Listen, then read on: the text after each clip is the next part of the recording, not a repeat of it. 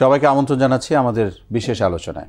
সুপ্রিয় দর্শক, আপনারা জানেন বর্তমান অন্তর্বর্তীকালীন সরকার রাষ্ট্র সংস্কারের জন্য জনগণের বেশ কিছু সংস্কার দাবি নিয়ে সংস্কার কমিশন তৈরি করেছে এবং সেই কমিশনগুলো তাদের সুপারিশ ইতিমধ্যে সরকারের কাছে জমাও দিয়েছে। আজ আমরা কথা বলবো জনপ্রশাসন সংস্কার কমিশন নিয়ে। কথা বলতে স্টুডিওতে উপস্থিত আছেন মোহনা টেলিভিশনের যুগ্ম বার্তা সম্পাদক নাসির উদ্দিন। নাসির, আপনাকে স্টুডিওতে স্বাগত। ধন্যবাদ।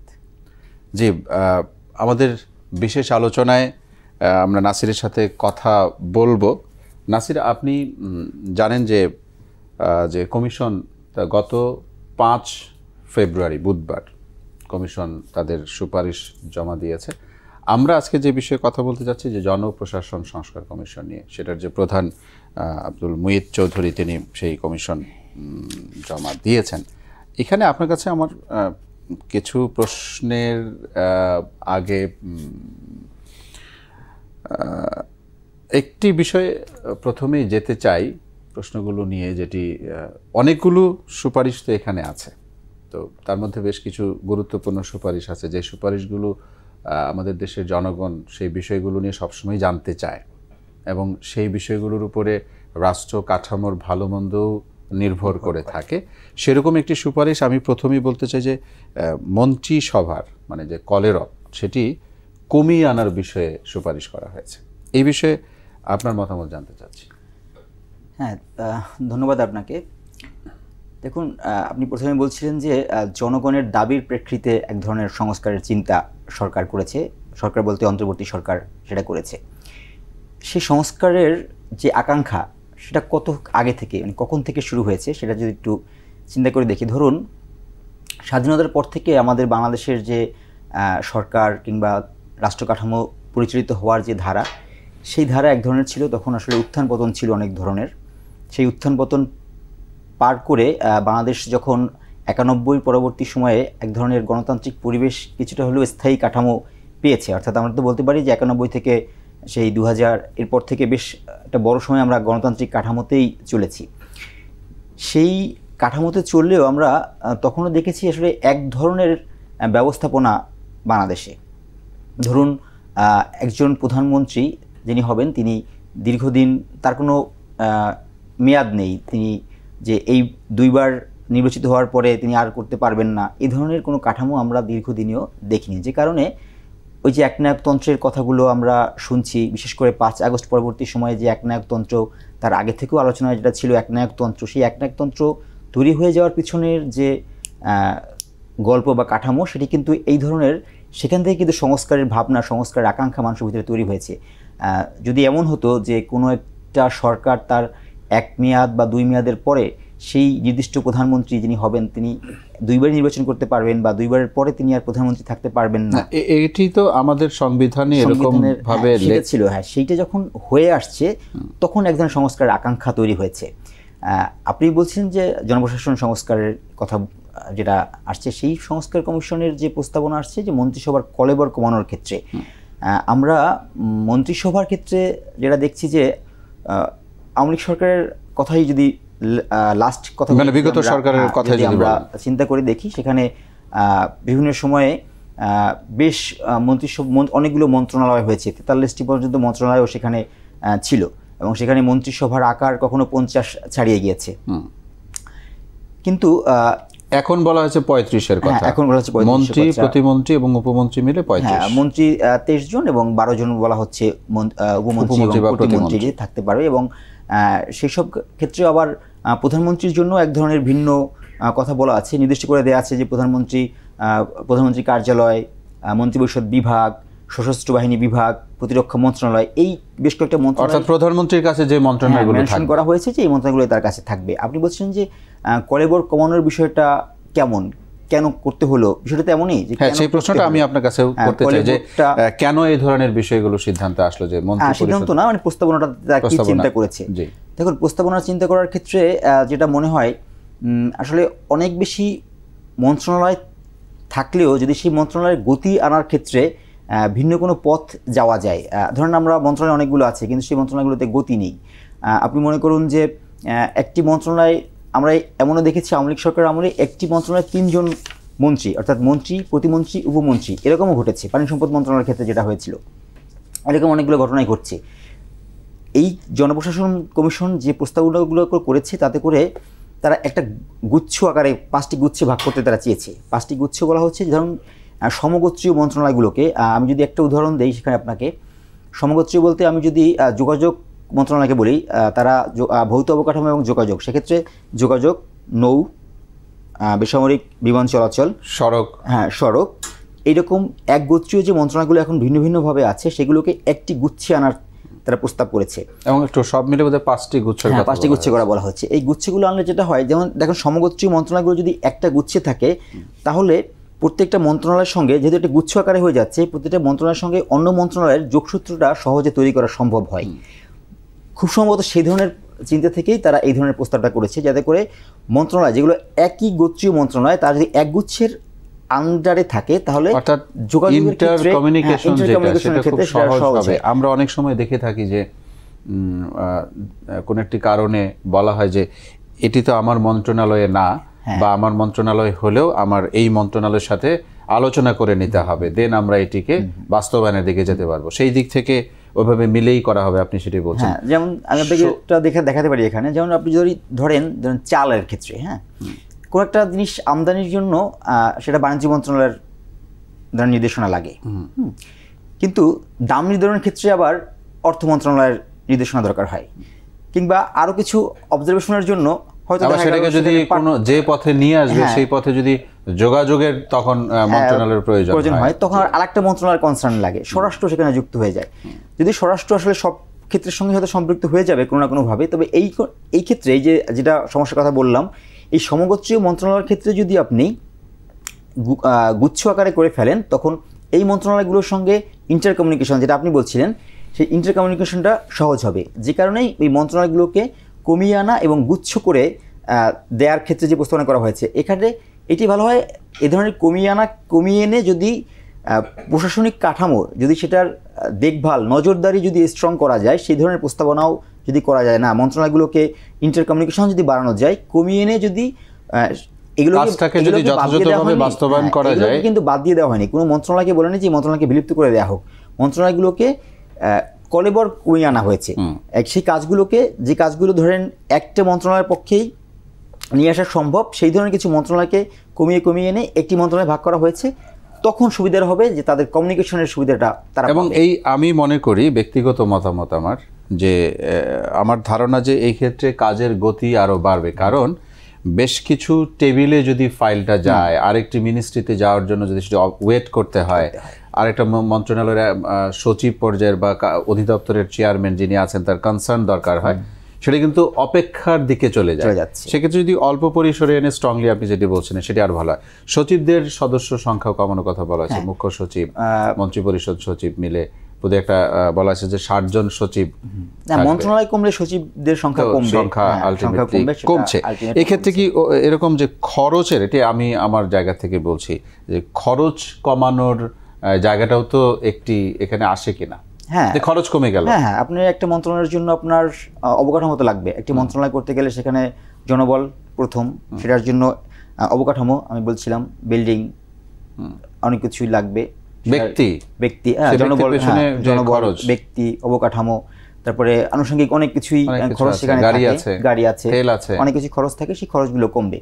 সেদিক থেকে হলেও মন্ত্রণালয় কমিয়ে আনলে এই খরচের সঙ্গে একটু একদম সামঞ্জস্যপূর্ণ সম্পর্ক তৈরি হবে। এবং যেটা বলছিলাম যে যেহেতু মন্ত্রণালয়গুলোকে যদি মার্চ করা যাবে তখনই যদি সমগোত্রীয় মন্ত্রণালয়গুলো হয়। সেই মার্চ করা গেলে তখন সবচেয়ে বড় জায়গাটাই হচ্ছে ইন্টার কমিউনিকেশনটা তৈরি করা গেল, তখন আপনার কাজের গতিটা ফিরবে। এবং যেটা আপনি বলছিলেন যে খরচ কমা, অবশ্যই খরচ কমার দিকটা তো সেখানে এটাও সেটার সাথে যুক্ত হয়। যে প্রাদেশিক সরকার ব্যবস্থা নিয়ে একটু কথা বলতে চাই আপনার সাথে, এই বিষয়ে আপনার মতামত জানতে চাই, কারণ এই সুপারিশে এটাও আছে যে প্রাদেশিক সরকার ব্যবস্থা। প্রাদেশিক সরকার ব্যবস্থা মূলত এটার শুরুতে আপনার আরেকটু পিছনে আমাকে চিন্তা করতে হবে। সেটা হচ্ছে প্রাদেশিক সরকারের সঙ্গে এখানে বিভাজন, জেলা পর্যায়ের কিছু অদল বদল, সেই বিষয়গুলো এখানে আছে।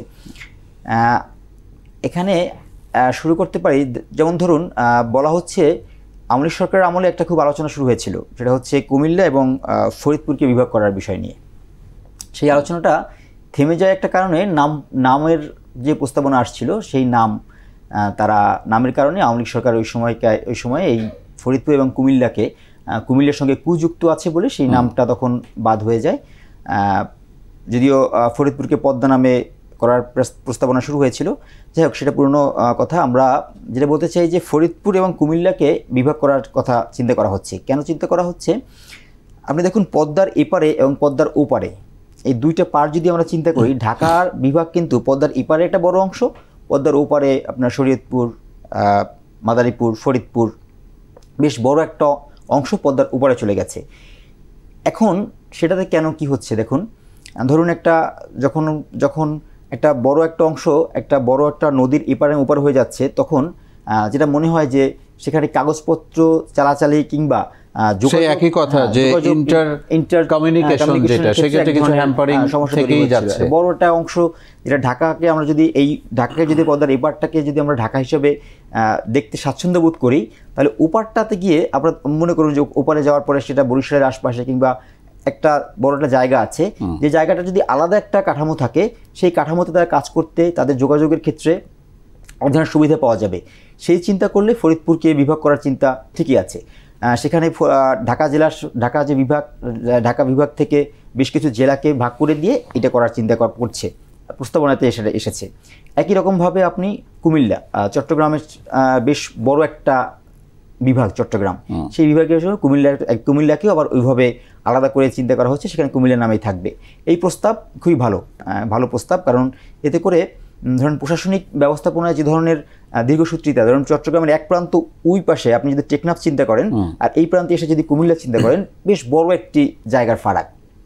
সেই জায়গাটাতে আমি এটাকে খুব ভালো উদ্যোগ দেখি।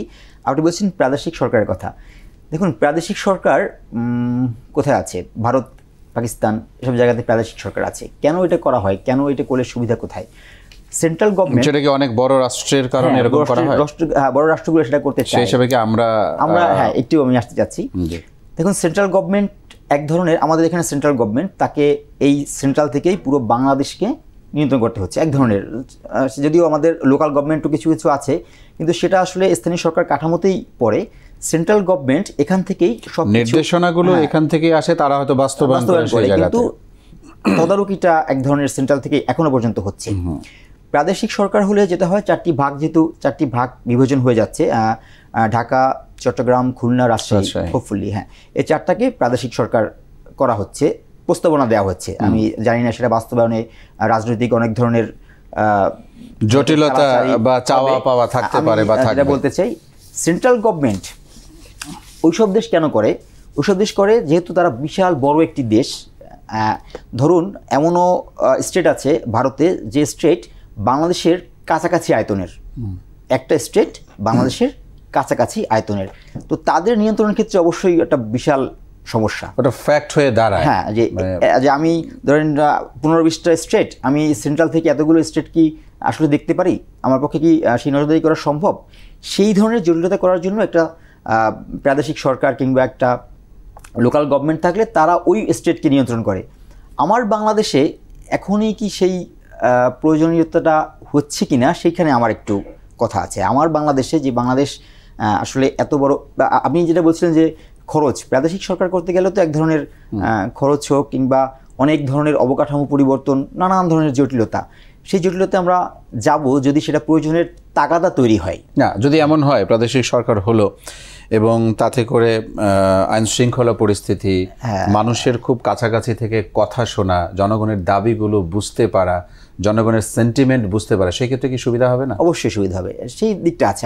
আমি এটাকে একেবারে যে অ্যাভয়েড করে দিচ্ছি বিষয়টা তা না, কিন্তু আমার কথা হচ্ছে যে এইটা করতে যাওয়ার যে তাগাদা, আপনি বলছেন যে আইনশৃঙ্খলাটা ভালো বুঝতে পারা কিংবা জনগণের সঙ্গে কমিউনিকেশনটা ভালো বুঝতে পারা, এই সংস্কারের ক্ষেত্রে কমিউনিকেশন বুঝতে পারার ক্ষেত্রে যেটা হয়, যেমন জেলা পরিষদকে যদি উইথড্র করে নেওয়া হয়, জেলা পরিষদ উইথড্র করে নেওয়া হয়, এখন আমাদের লোকাল গভর্নমেন্টে লোকাল যারা স্থানীয় যারা থাকে তাদের সঙ্গে সরকারের কমিউনিকেশনটা কেমন, আসলে কীভাবে কমিউনিকেশন হয় সরকারের সঙ্গে, একটু যদি দেখতে চাই। ধরুন আমার একটা সরকার, সেই সরকারে তার লোকাল প্রত্যেকটি 300 আসনে 300 এমপি, তারপরের ধাপে আসতেছে জেলা প্রশাসন, জেলা পরিষদ, উপজেলা, তারপরে আসতেছে আপনার ইউনিয়ন পরিষদ। এই বডিগুলোর মাধ্যমে তারা জনগণের সঙ্গে যোগাযোগ করে, সেই যোগাযোগটা তো আবার কেন্দ্রে আসবে যে আমি আমার এই জনগণের একটা রিপোর্ট দেওয়া হবে।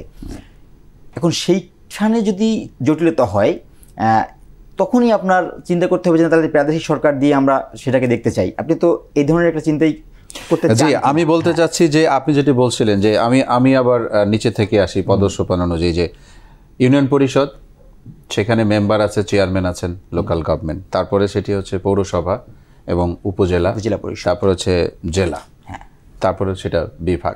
অর্থাৎ যদি প্রাদেশিকভাবে ভাগ করে দেয়া হয় তাহলে যেটি হচ্ছে যে সমস্ত কান্ট্রির যে একটি জায়গায় যে বলা, দাবি জানানো, রিপোর্টিং করা, সব কিছু একটা জায়গায় আসতেছে। কিন্তু সে যদি প্রাদেশিকভাবে মানে ভাগ করা যদি থাকে, বিভাজন করা থাকে, তখন সেটি দেখেন যে আপনি বিভাজন করলো একটি জায়গায়, মানে আবেদন জানালো একটি জায়গায়, রিপোর্টিং করছে একটি জায়গায়, প্রশ্ন, দাবি, চাওয়া পাওয়া সবই একটি জায়গায়। তো এখন তো সেটা কমে যাবে। কমে গেলে ওইটার বাস্তবায়ন করতে আবার একটু সুবিধা হবে, আমি ওই জায়গাটাতে বলতেছি। হ্যাঁ, সেটাই অবশ্যই। কারণ আপনার প্রাদেশিক সরকার করলে তখন মানুষের সরাসরি যে যোগাযোগটা থাকবে সেটা হচ্ছে ওই সরকারের সঙ্গে থাকবে। কেন্দ্রের সঙ্গে তখন তার যোগাযোগের যে এখন যে বাধ্যবাধকতা সেটা আর থাকছে না। সেই দিক থেকে কিন্তু ফাইনালি তো তারা একটা সময় কেন্দ্রীয়ভাবে বসবে, কথা হবে।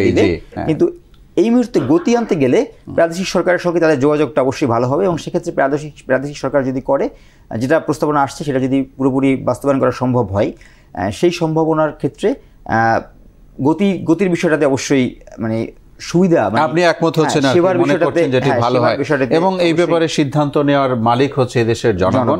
তারপরে সুশীল সমাজ রয়েছে, জনগণের বিশেষজ্ঞরা রয়েছে, রাজনৈতিক বিশ্লেষক রয়েছে, তারা সবাই মিলে। মালিকানা বলতে কি, আপনি তো শুরুতে বলছেন যে জনগণের যে সংস্কার আকাঙ্ক্ষা, সেই সংস্কার আকাঙ্ক্ষার ভিত্তিতেই কিন্তু এই সংস্কার প্রস্তাবগুলো করা হয়েছে। সেক্ষেত্রে জনগণের এই সংস্কার আকাঙ্ক্ষার প্রতি জনগণ আসলে অবশ্যই একমত। জি, ক্যাপিটাল সিটি সরকারের বিষয়ে যদি আপনি বলতেন। ক্যাপিটাল সিটি সরকার একটা বেশ ভালোই আলোচিত একটা প্রস্তাবনা এখানে আসছে, সেটা হচ্ছে ক্যাপিটাল সিটি, এবং সেটা ঢাকা, গাজীপুর, নারায়ণগঞ্জ, টঙ্গী, ঢাকা এবং ঢাকা বেল্টের আশপাশকে ঘিরে যে শহরটা আছে সেই শহরটাকে কেন্দ্র করে। এখানে আসলে একই কথা, মূলত এই প্রস্তাবনাগুলো করা হয়েছে সেবাকে একটু কাছাকাছি নিয়ে আসার জন্য, গতিটা বাড়ানোর জন্যই। যে সেবাগুলো আমরা এখন ধরুন নারায়ণগঞ্জ তো একটা city corporation, Dhaka city corporation, Gazipur এখন সিটি কর্পোরেশন হয়ে গেছে, একেবারে পাশাপাশি লাগোয়া তিনটে সিটি কর্পোরেশন, তিনটা আলাদাভাবে তাদের কার্যক্রম পরিচালনা করছে, কাঠামো চলে, সবকিছু আলাদাভাবেই তারা চলছে। এটাকে সরকার, যেটা দিল্লিতে কিন্তু আছে এই ধরনের মডেল, এটা ঢাকাতেই যে কারণে শুরু থেকে হয়েছে তা না, দিল্লিতে আমরা এই ধরনের মডেল দেখেছি, ক্যাপিটাল সিটি মডেল দেখেছি, দিল্লিতেও আছে। সেটা তাতে করে যেটা হয় যে একই ধরনের সেবা পাওয়ার ক্ষেত্রে একটা দ্বার উন্মোচিত হয়। একই ধরনের সেবা ঢাকায় যে সেবাগুলো যেভাবে ডেভেলপ করবে, নারায়ণগঞ্জ, পাশাপাশি গাজীপুর, টঙ্গী, আশপাশে ঘিরে যে জেলাগুলো, বিভাগগুলো আছে কিংবা যে সিটি কর্পোরেশনগুলো আছে, এটাকে বলা হয় এক ধরনের নগর সিটি, মানে 3-4টাকে মিলিয়ে একটা সিটি করা হলো। তাতে করে এইখানে দেখুন, আপনি যদি একটা জিনিস দেখেন, এটা করলে যে সুবিধাটা আপনি চিন্তা করতে পারেন, আমরা নারায়ণগঞ্জে এক ধরনের বাস চলে, মানে হচ্ছে রাজধানী মহানগর সরকার, রাজধানী মহানগর সরকার, নারায়ণগঞ্জে এক ধরনের বাস চলে, গাজীপুরে এক ধরনের যোগাযোগ ফ্যাসিলিটিস আছে, ঢাকাতেও এক ধরনের আছে। এইটা যদি মহানগর ফ্যাসিলিটিস যদি আনা হয়, তখন 3টা শহর মিলে একটা শহরের আওতায় যখন আসবে, তখন বাসগুলো বা যোগাযোগের ক্ষেত্রে, মানুষের চলাচলের ক্ষেত্রে, সব কিছুর ক্ষেত্রেই তারা একটা সেন্ট্রাল বডির মতো হয়ে যাবে, পুরো যেটা ঢাকা থেকে হয়তো ঢাকার মতো করে নিয়ন্ত্রণ হয়ে যাবে। এই সেন্ট্রাল বডিটাকে করার জন্য এই ধরনের প্রস্তাবটা করা হয়েছে। সেই প্রস্তাবের কারণে হয়তো যদি এটা বাস্তবায়ন করা সম্ভব হয়, যদি আমরা বলছিলাম যে প্রত্যেকটা ক্ষেত্রে এটি জনগণের চাওয়ার উপরে নির্ভর করে, সেই বাস্তবায়ন করা হলে এতে এই বেল্টের মানুষ আসলে এক ধরনের সুবিধার মধ্যে চলে আসবে। জি, আমরাও ওইটি প্রত্যাশা করছি, যেটি বলছিলাম যে দেশের জনগণ, সুশীল সমাজ, অর্থনৈতিক বিশ্লেষক, রাজনৈতিক বিশ্লেষক, যারা তো অনেকগুলো বিভিন্ন স্টেকহোল্ডার জায়গায় আছে, দায়িত্ব হ্যাঁ, পালন অনেকগুলো করছেন, স্টেকহোল্ডার আছে, সেই স্টেকহোল্ডারদের কর্তৃপক্ষ আছে, সঙ্গে তারা সে চিন্তা বিষয়গুলো করতে হবে। সিদ্ধান্ত নেবে যেটি ভালো হয়। আপনাকে অনেক ধন্যবাদ আমাদের সঙ্গে স্টুডিওতে সময় দেওয়ার জন্য। দর্শক, আজ এতটুকুই। আগামীকাল আবারও বিশেষ আলোচনায় আমরা থাকব পুলিশ সংস্কার কমিশন নিয়ে। ততক্ষণ ভালো থাকবেন, সুস্থ থাকবেন এবং লাইক, শেয়ার, সাবস্ক্রাইব দিয়ে মোহনার সাথেই থাকবেন। ধন্যবাদ সবাইকে।